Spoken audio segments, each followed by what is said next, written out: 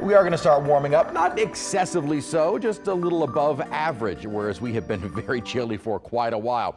We do have some changes in our forecast. Had some sunshine early. We've been under mostly cloudy skies for the better part of the late afternoon and certainly through the evening, with embedded in that a little bit of light to moderate rain at times. It's been a little bit more substantial in parts of southern and eastern Texas, but even that has not been much. And an occasional little sprinkle has moved through. It looks like a lot of that has diminished, and maybe a few isolated showers during the overnight period. And during the day tomorrow, don't be surprised to get a few little rain droplets on the car windshield as we head into the afternoon and evening hours. But it does look like we'll clear out a bit, a little more sunshine trying to break out on Wednesday before the clouds and rainfall returns for Thursday, Thanksgiving Day. Right now, chilly outside under we'll say partly to mostly cloudy skies, 55 degrees, our current temperature with a dew point of 41. So we have a little more cloudiness around. Humidity is a little bit higher. Winds are light, but these are not the optimal conditions for temperatures to just plummet. So 40s, low 50s outside at the moment. And while I do think we might see a few upper 30s north of the lake,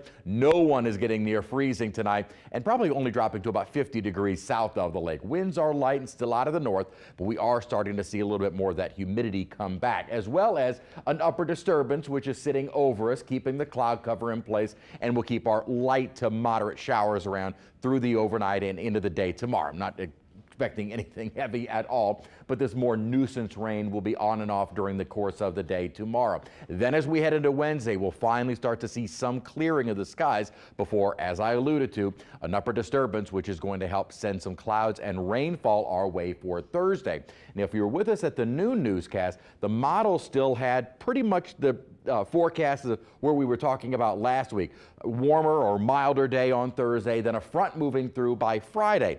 Well, now you may be wondering what's changed. Why do we continue warming up before a fairly mild drop or not a substantial drop in temperature by the weekend? Well, here's what's going on. We've got the Arctic air moving away, so we've kind of lost our source for the cold air. That would expect to see a warming trend, and that's exactly what we're going to see for the next couple of days. Then we were anticipating the surge of cold air to come in from the more northwest, western Canada, and push right on through.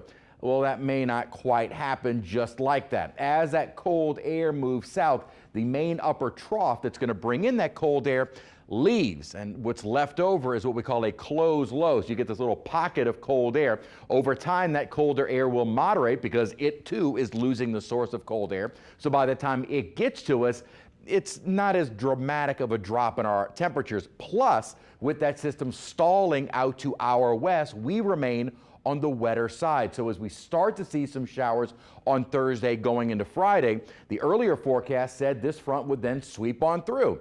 But if that upper energy stalls, so does the front, and we stay on the wetter side through the day Friday and then not really clearing out until sometime midday Saturday. So at the moment, the models are indicating, and this is both the GFS and the Euro, that upper trough is going to get cut off and it's going to stall over Texas. That is why we stay a little warmer and more humid with rainfall in the forecast Thursday into Friday and into early Saturday. So second half of the day right now does look to be on the wetter side for Thursday, not a washout. Wetter day all day Friday, unfortunately. Black Friday, I know a lot of folks do some shopping or want to enjoy the holiday weekend. We'll probably keep a rainy day Friday into early Saturday, then drying out, and then notice the drop in temperature as we head into Sunday, Monday, not nearly as dramatic as we once thought.